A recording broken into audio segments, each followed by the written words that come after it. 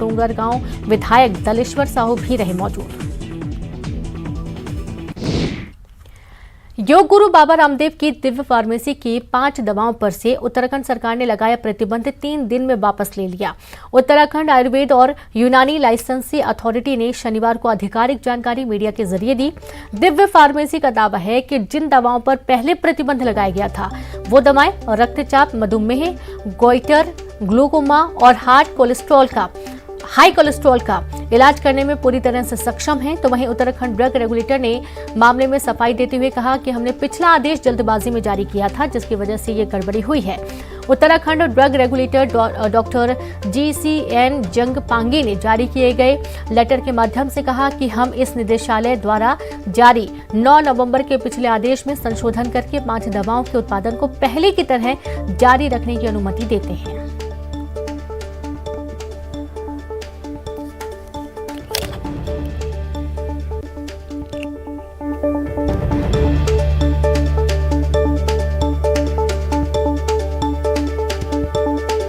तो आप ये देखिए कि 5 दवाओं के उत्पादन पर जो पहले रोक लगाई गई थी उसे अब हटा दिया गया है।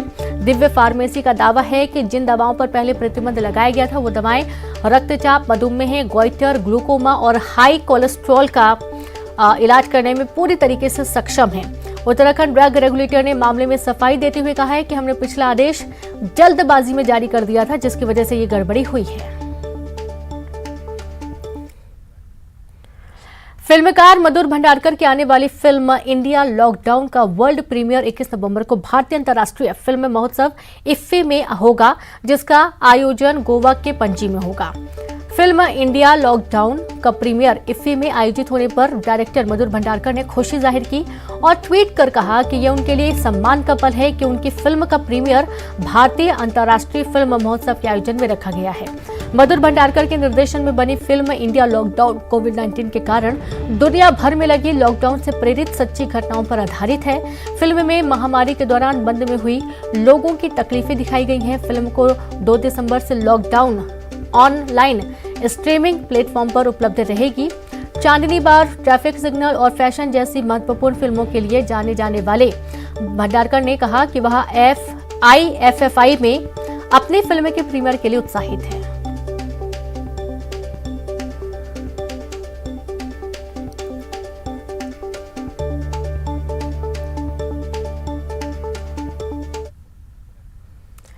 पति की शराब की लत के कारण 2 साल से अलग रह रहे पति पत्नी आज फिर से एक हो गए। खंडवा के कुटुंब न्यायालय ने जब फैसला सुनाया तब बिछड़े दंपति खुशी खुशी एक होकर अदालत की दहलीज से बाहर निकले।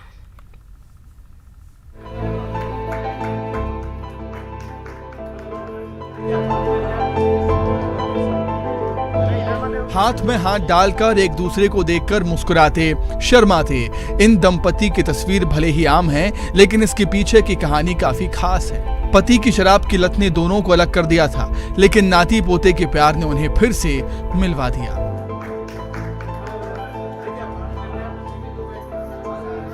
तस्वीर खंडवा के कुटुंब न्यायालय की है। टिटगांव की रहने वाली अनीता बाई अपने पति की शराब की लत से काफी परेशान थी। कई बार शराब छुड़वाने की कोशिश भी की, लेकिन फिर भी बात नहीं बनी तो अनीता ने घर और पति दोनों को छोड़ने का फैसला किया। वो पिछले 2 साल से अपने पति से अलग रह रही थी, लेकिन इस लोक अदालत ने उन्हें फिर से मिलवा दिया। मैंने टिटगांव गांव के 60 साल का बुजुर्ग और 55 साल की उसकी पत्नी, जिनके 4 बच्चे हैं, उनके लिए भी मैंने प्रयास किया। पति शराब पीता था, पति को समझाया, रिश्तेदारों ने समझाया कि शराब अच्छी चीज़ नहीं है, और उसके बाद में उसने राजीनामा किया, लोक अदालत में किया, और सहर्ष नाती पोतों के साथ में वो अपनी पत्नी को साथ में लेकर जा रहा है। अनीता बताती हैं कि नाती पोते होने के बावजूद पति की शराब पीने की लत नहीं छूट रही थी। आखिरकार वो पूरे परिवार को छोड़कर मायके चली गई, लेकिन बच्चों के प्यार ने दोनों पति पत्नियों को फिर से एक छत के नीचे साथ आने के लिए मजबूर कर दिया। तो शराब पीते मारे इसी मारे में आ गई थी माँ बाप घर, क्या अब पीना बंद कर दी तो छोरा की तबीयत खराब, मैं वापस चल गई थी। आज हमको 12 तारीख बुलाई थी तो हम आ गए वापस राजीनामा करा। नाती पोती के मारे भी है। अदालत में ही दोनों पति पत्नी ने एक दूसरे को वरमाला पहनाई और पति ने भी शराब नहीं पीने की कसम खाई। इसके बाद अनीता और कमल कोर्ट परिसर से हंसते हंसते बाहर निकले। कहते हैं उम्र का एक पड़ाव ऐसा भी होता है जहां पति पत्नी को एक दूसरे के साथ और सहारे की जरूरत होती है।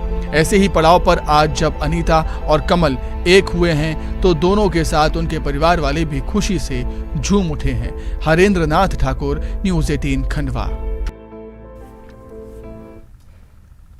बस्तर और छत्तीसगढ़ के लिए माई दंतेश्वरी सिर्फ आराध्य नहीं बल्कि इससे भी ज्यादा हैं। उनके स्वरूप न सिर्फ दुख हरते हैं बल्कि न्याय भी करते हैं। और इसी गांव के पास दावा किया जाता है कि अंग्रेजों से बचाने के लिए खजाना छिपाया गया था जिसे लूटने की कोशिश भी की जाती है।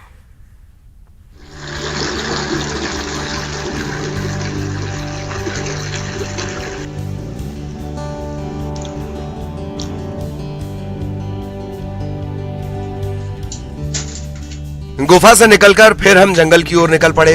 स्थानीय लोगों का कहना है कि कई साल पहले राजा साय ने अपना खजाना यहाँ छिपाया था।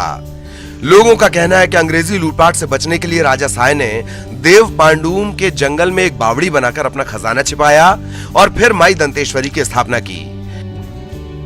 ग्रामीणों से कहा कि यहाँ निरंतर पूजा पाठ करें। तब से पूजा पाठ का सिलसिला जारी है। एक ही जगह स्थापित एक हाथी और एक घोड़े को माई दंतेश्वरी का रूप मानकर पूजा होती है।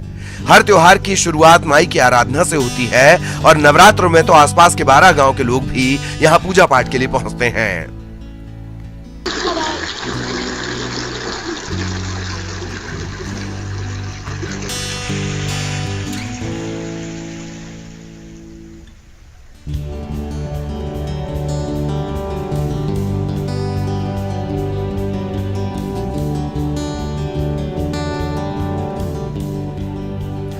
जहां यह दावा किया जाता है कि मां दंतेश्वरी के वास के पास ही एक गड्ढा है जहां राजा साय ने अपना खजाना छिपाया है।